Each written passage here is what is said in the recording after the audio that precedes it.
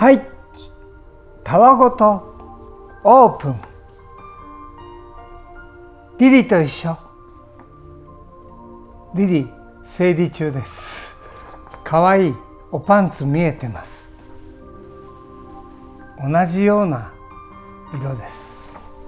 かわいいです。早速質問クエスチョン1。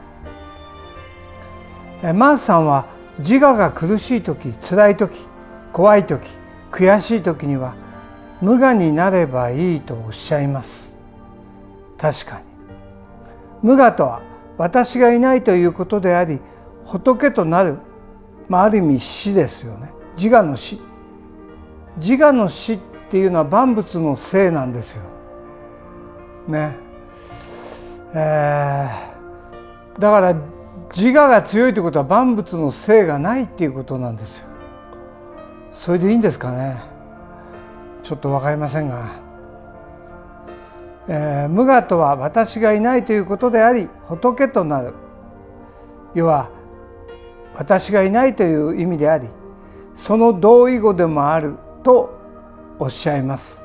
その真相、心底を学びたいですね。立派な方ですね。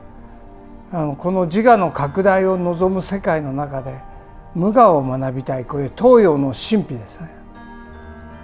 で、マースアンサー分かりました。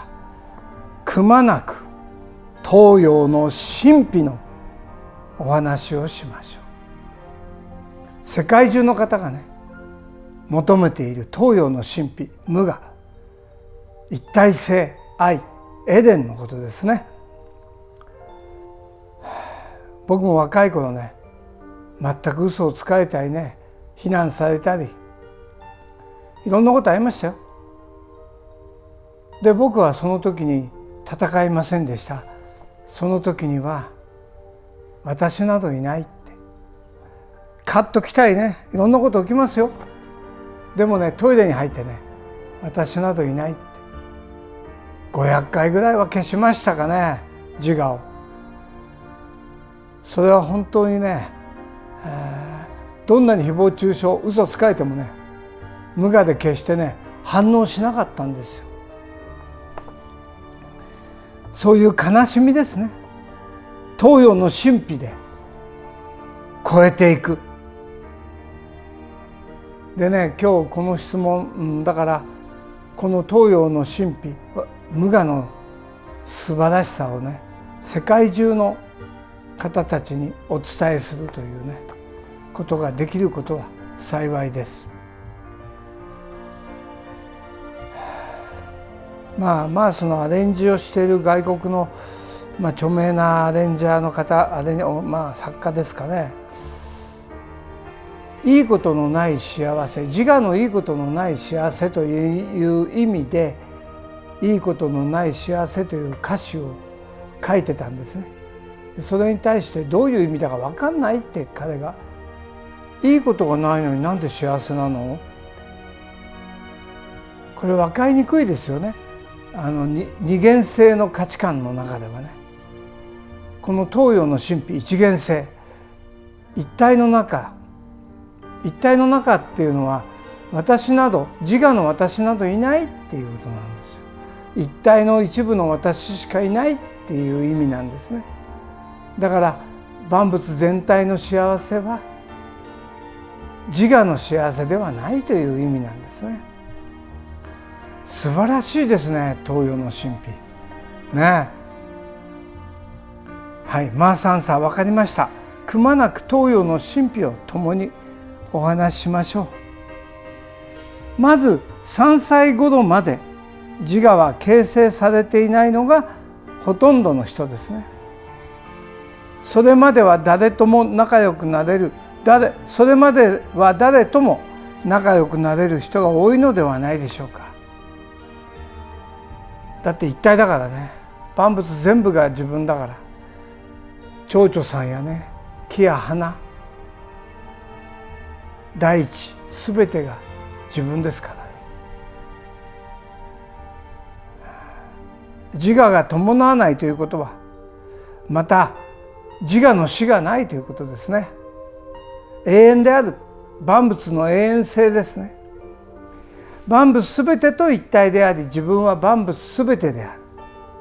自と他という分かたれ感もまだ薄かったということであるのです。赤ちゃんの時は誰もがブッダ、誰もがメシアであるということですね。私などいない、私など存在しない、自我の私というのは妄想である、自我の人から習った価値観である、そういう意味ですね。一体のものに、万物の一体のものに、例えば体、身とかの部分について名をつけ、体ねの部分に名をつけ、心臓とか肺とか腸とか分かたれたもののように呼ぶことで、一体のものである真の感覚、一体だという感覚が阻害されてしまうように、万物の部分をそれぞれ名付けることは、これ思考っていうのは名付けによってできてるんですよ。だから思考っていうのはね、ものすごくエネルギーがいるんですよ。ブドウ糖がいるんですね。はい、思考は疲れるんですよ。なんでかっていうと、戦いだからです。思考というのは言葉の、要は名付けた言葉の組み合わせなんですね。だから僕は山に登っていくっていう言葉があるとしたら、僕は名称でしょ。僕、山も名称ですよ。登るも名称。ああいう行為を登るって呼んだんでしょね。だから思考というのはそもそも一体のものをバラバラにして話し合ってるわけだから、便利だったり分かりやすいっていうのはあるけど、でも分かたれなんですよ。だから瞑想には向かないし、思考が強い、要は思考では CD の中に、だから真我の中に入れない、メディテーションの中に入れないんですよね。一体のものである真の感覚、無我とか変性意識と阻害されてしまうように、万物の部分をそれぞれ名付けることは、万物にね、いろいろと名前をつけることは、真実である一元性の喪失にもつながり、ね、一体性、一元性が喪失する愛、ね、一元性である愛や不死の真実の感覚を著しく縮小してしまいます。得でしょうか。だから言葉は気をつけて使わないと、逆に言えば言葉を失う時の芸術性、言葉を失う時の愛しさ、言葉を失う時の奇跡ね、愛や不死の真実、死がないということですね。真実の感覚を著しく縮小してしまいます。だから不安と恐れにいっぱいになる。競争、喧嘩、身の保全、自己拡大、競争ね、偉いんだ、すごいんだ、興味が出てしまいます。故にメディカルの元の意味であるメディテーションは思考でいる時には起きません。だからまずマントラを使って変性意識に戻らなきゃなりません。一体意識にね。その時安らぎや癒しがあるんですね。だから思考でいる時には癒しも安らぎも縮小されることでしょう。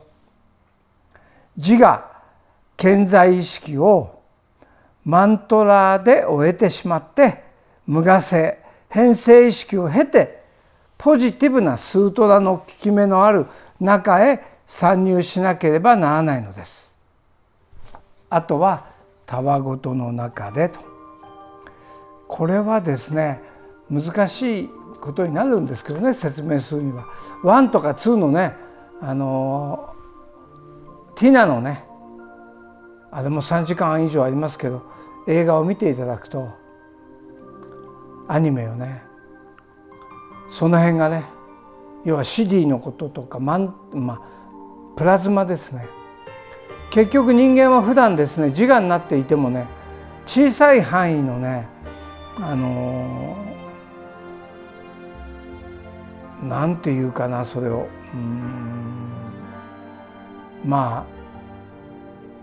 黒魔術とか言っちゃいけないだろうな、なんて言ったらいいのかな、自我の自己実現、もっと言うと自我の物質化現象っていうのを起こすんですよ。だから普段も自我でいても、なんていうのかな、寝ている時とか不安でいる時とか、それをこう実現しちゃうんですね。で、本当の真の物質化現象 CD っていうのは真我の中に入っていかないといけないので、無我になっていくんですよ。入っていくんです。マントラ使って私などいないとか、マントラ使わなくてもいいんですよ。無我であるなら、自我が薄ければね。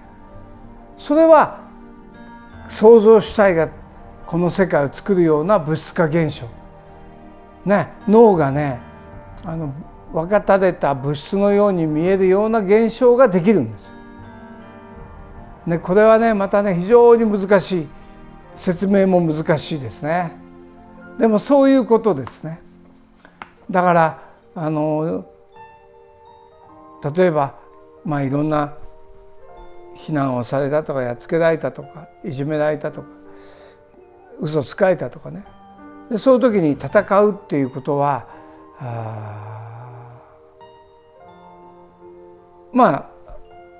自我の念望や期待を叶えようとするわけですよ。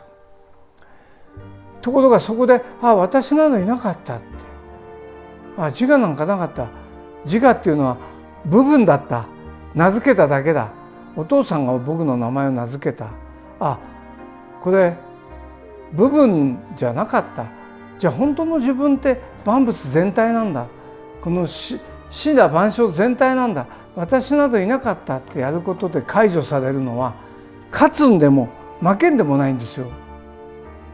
そこからいなくなっちゃうんですよ。これいなくなる仏、仏教では仏、ブッダね、これ死んじゃった人のこと仏っていうでしょ。いないっていうことなんです。もうここにいない、勝つ人でもない、負ける人でもない、良くなったことも良くない人でもないね、出世したしなかった、どっちでもない、いないんだから。いない人、偉くもない、ダメでもない、劣等もない、うぬぼれもない、どっちもない人、私などいないっていうね、この気づき、これものすごい重要なんですよ。こうやって解除するのね。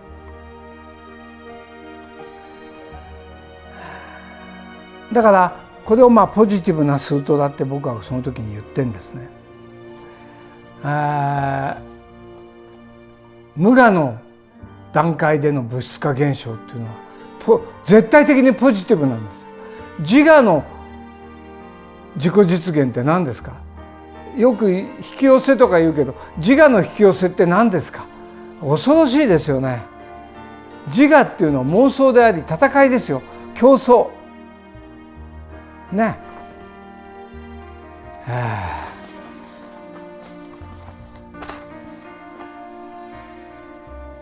たわごとクエスチョン、3かな。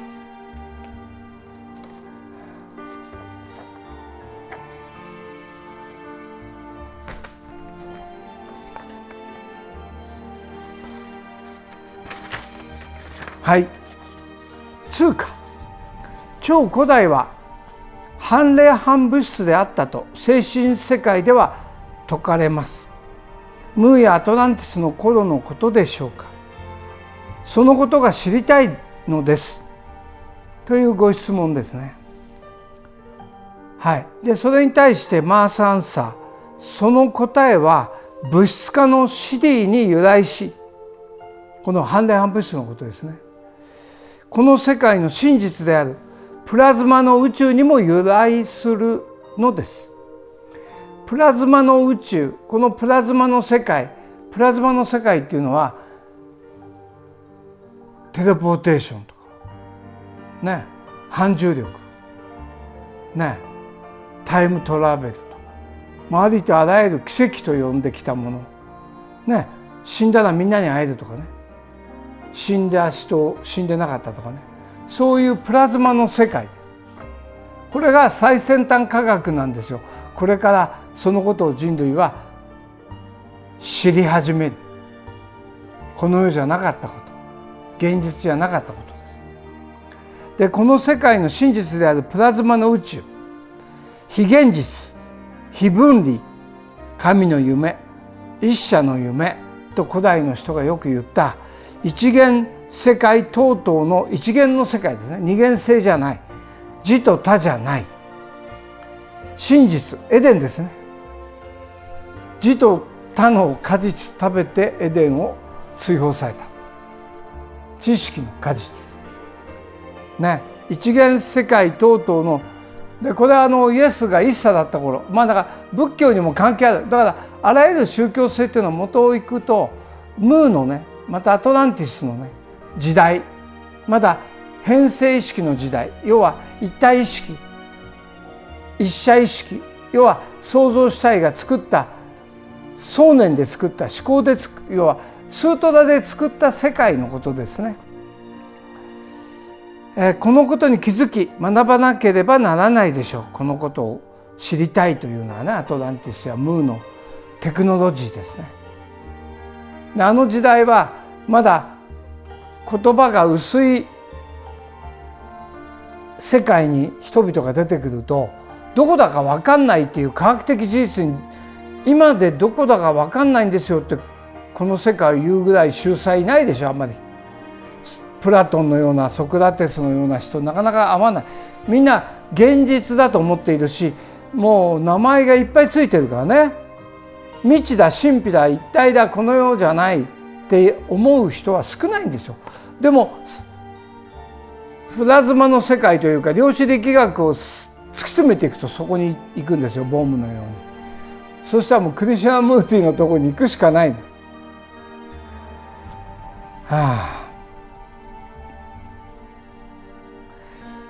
気づき学ばなければならないことは非現実、非分離、神の夢、一者の夢ですね。一神教ってそこからできたんですよ。一つの創造主体がね、創造主が作った世界、シディで想念でね、清らかな一体の思いで作った。僕らが夢で見るような、僕らも夢見ることできるけど、僕らは夢の時起きてないから望む夢はなかなか見れないですよね。どちらにしても自我の生み出す若たれの現実ね、自我が不安になってたり恐れてたり怖がってたり怒ってたりで、寝るとそういう夢が見れたり、そういうものを引き寄せたり、そういう物質化現象が起こったりしますでしょ。これ変性意識になっていきますもんね。寝てる時とかも不安でぼんやり不安でいる、不安でぼんやりと怖がってるね、それが実現してしまう。自我の生み出す悲しいけど若たれの現実と真我が生み出す、真我って何って言ったら無我のことですね。私などいないってやればすぐ出てくる。私などいなかった、自分なんて生まれてなかった、名前つけたのお父さんだった、自分は万物の破片だ、万物の一部だ、これ真我になったってこと。真我の生み出す大自然の美しさはこの世界の美しい真実の中でしか生まれないのです。これね、創造主体、創造主とも言いますね。言葉で作る。言葉っていうのはスートラ、意味ある言葉っていうのがスートラですね。意味のない言葉がマントラです。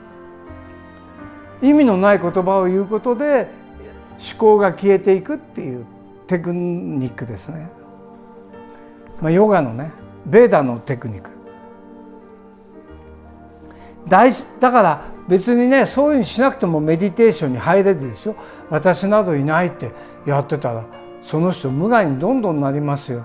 朝から晩まで私などいないって、電車乗ってても変な思考を動かすよりも、私などいない、いや生きてもいない、この世でもない、木でもない、山でもない、電車でもない、鳥でもない、じゃあ何？未知なるもの、神秘なるもの、なんだか分かんないものっていうのが事実だからね、現実だから、それをどんどん言ってあげることで自分は無害になっていく。ね、でこの世界の真実の中でしか美しいものは生まれないんだから、自我でだよ。例えば自我で良くなりたい、偉くなりたい、すごくなりたいっていうのは全部自我のいいことですよね。だから醜いでしょ。自我のいいこと、自我の安全、自我の出世、偉くなるって求めてるわけだから、これ醜い反動があるんですよ。必ず恐れがね。いや偉くなりたい、すごくなりたい、勝ちたいんだ、悔しいんだって言ったら恐れないですか？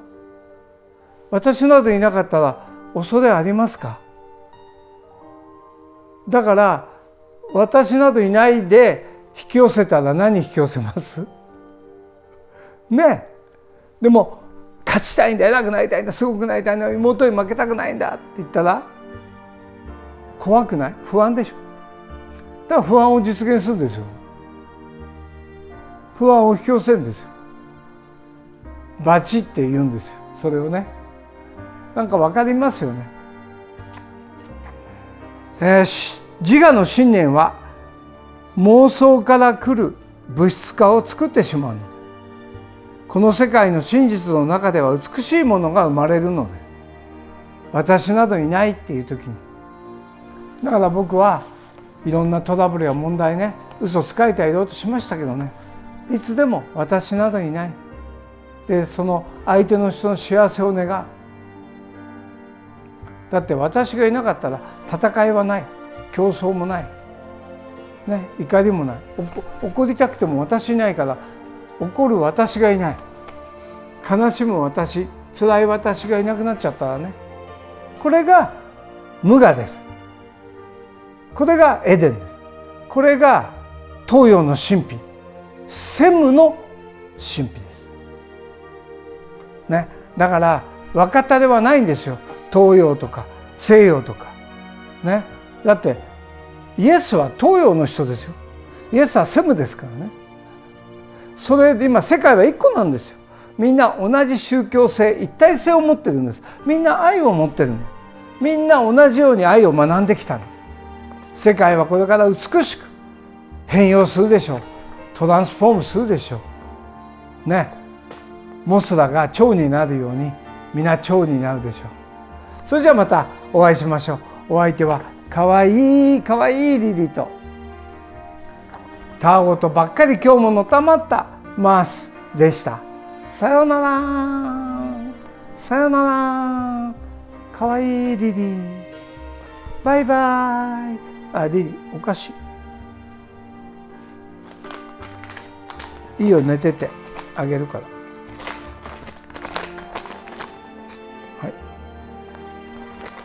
はいじゃあね、みんな幸せになって、無我になると幸せになるよ。ね、これが東洋の神秘、ある意味イエスの神秘ですよ。一茶の神秘。ね、宗教の隔たりなんかない。みんな一体物、みんな仲間、みんな愛し愛されて素晴らしく生きていくんです。国の差もない、何の差もない。みんな愛し愛される。ね、偉い人と大衆なんていう差はない。上とか下もない。全部嘘です。さよなら。みんな幸せになって、みんな他を愛していいんだよ。一体だからね、他を愛していいんだよ。さよなら。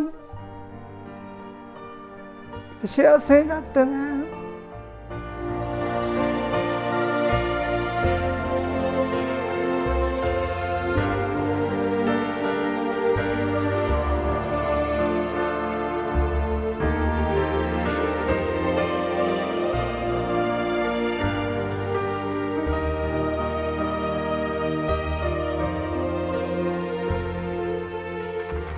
はい、大事なところをね、オープンで読むの忘れちゃいました。半霊半物質のことね。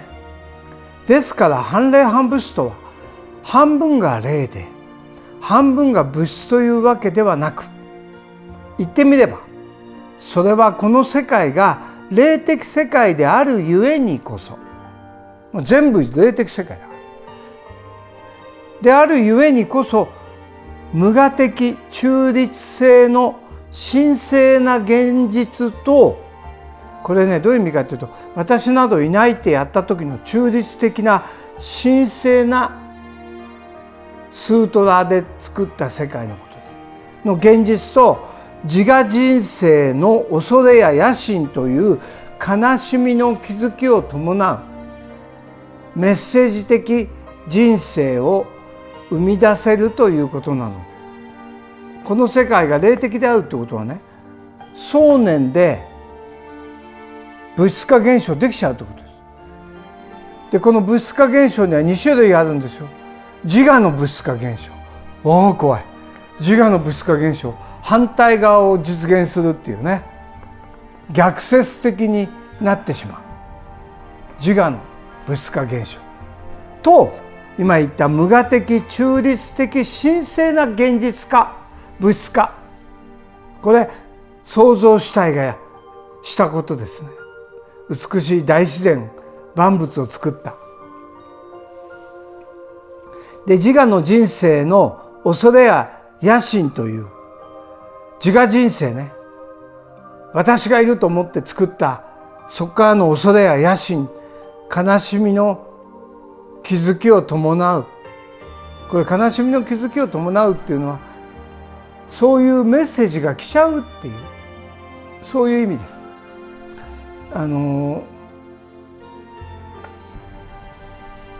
起きろ起きろ、お前などいないんだ、私などいないんだ、無我なんだ、この世界は無我なんだ、一体なんだ、一者の夢なんだ、創造主の夢なんだ、一体なんだ、エデンなんだ、起きろ起きろっていうねメッセージが来るんですよ。どんどんね痛い目に遭うっていうかね。だから悲しみの気づき、それで気づいて悔い改めるわけですよ。それが聖書の思いなわけですよ。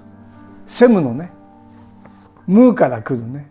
でもアトランティスだってそうなんですよ。全部あの時代は変性意識、要は無我意識のことが当たり前だったんですよ。3万年前とかね、2万年前は。ところがだんだんやっぱり自我化していくんですよ、エデンを出てね。そうすると滅びるんですね。なんで滅びるかっていうと、メッセージ来るから。自分が無我だったのが私などいないってやってないと、どんどん私が増えていくわけですよ。そうすると私が勝ちたい、偉くなりたい、守られたい、怖いってなるでしょ。そうすると恐れや野心が出るわけですよね。で恐れや野心が出てその通りになってくれればいいですよね。ところが反対になるんですよ。ああなっちゃうんじゃない、こうなっちゃうんじゃない、これじゃない、あれじゃないってなるでしょ。やられちゃうんじゃない、負けちゃうんじゃない、勝てないんじゃない、落っこっちゃうんじゃない、このオーディション。そうすると不安になるでしょ。だからオーディションを受けるときは私がいないのが一番いいんですよ。受かるも受かんないも私などいないって言って歌を歌った方がいいんです。私がいないって野心がない方がいいんですよ。希望も念望もない方がいいんですよ。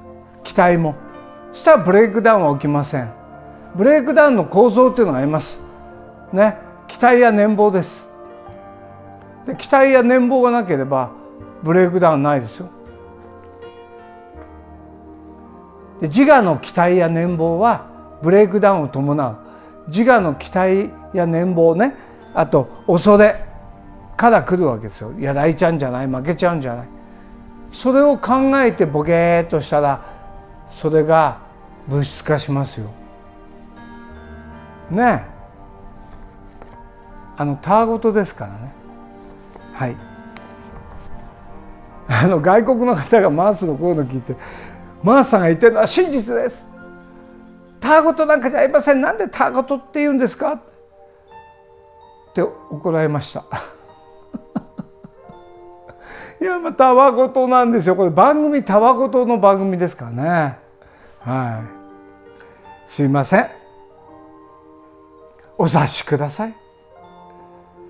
悲しみの気づきを伴うメッセージ的人生を生み出せるということ。これだからこの世界が霊的な世界であるゆえにね、物質化現象ができるシリーの世界だ、プラズマの世界だっていうことですね。だからこそ人は悔いることや改めることができる。自我でいることをね。じゃあマースさんの言ってるのはみんなに無我になれって言ってるのか。それはそうですよ。僕マースなんてもう真剣な話で、釈迦もイエスもみんな無我になれって言ってるんですよ。それが幸せだって。だってそれ科学的事実だから。ソクラテスもみんな、老子もみんなそのこと言ってるんですよ。あらゆる真の、ね、宗教性の方々は、ブッダたちは無我になれって言ってるんですよ。私などいないって誰でもできるでしょ。私などいないね。私などいないのはこれ何？万物の一部ですよ。誰でもない、永遠に変化しながら万物のいろんな一部をやるんですよ。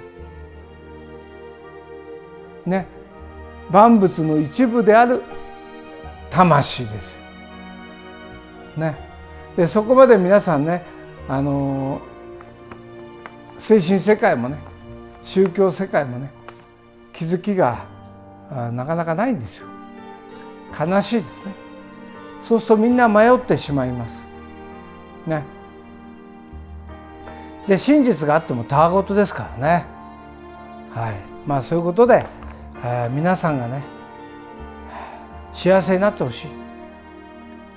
美しいブッダたちがね、私などいないって気づきなさい。そしたらね、幸せになるよって言ってます。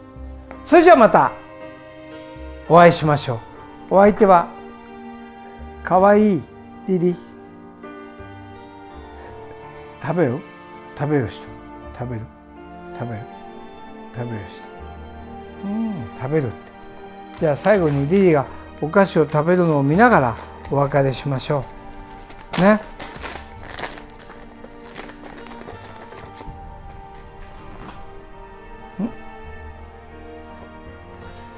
はい、じゃあまたお会いしましょう。今日もね、たわごといっぱいのたまりましたね。たわごとなので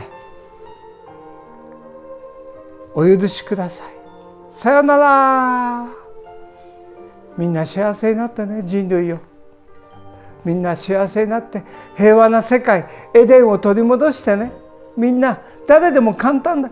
私などいないならエデンに帰ります。さよなら。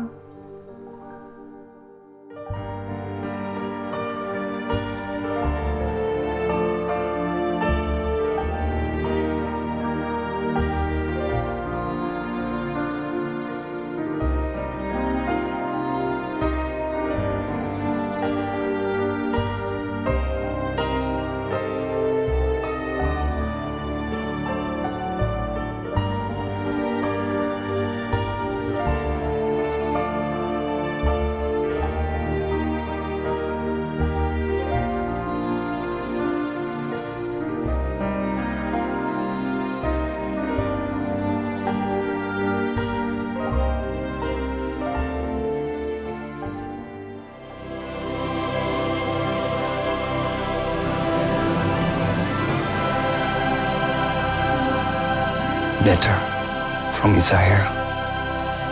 Will of Isaiah. Now on air. Digital distribution start.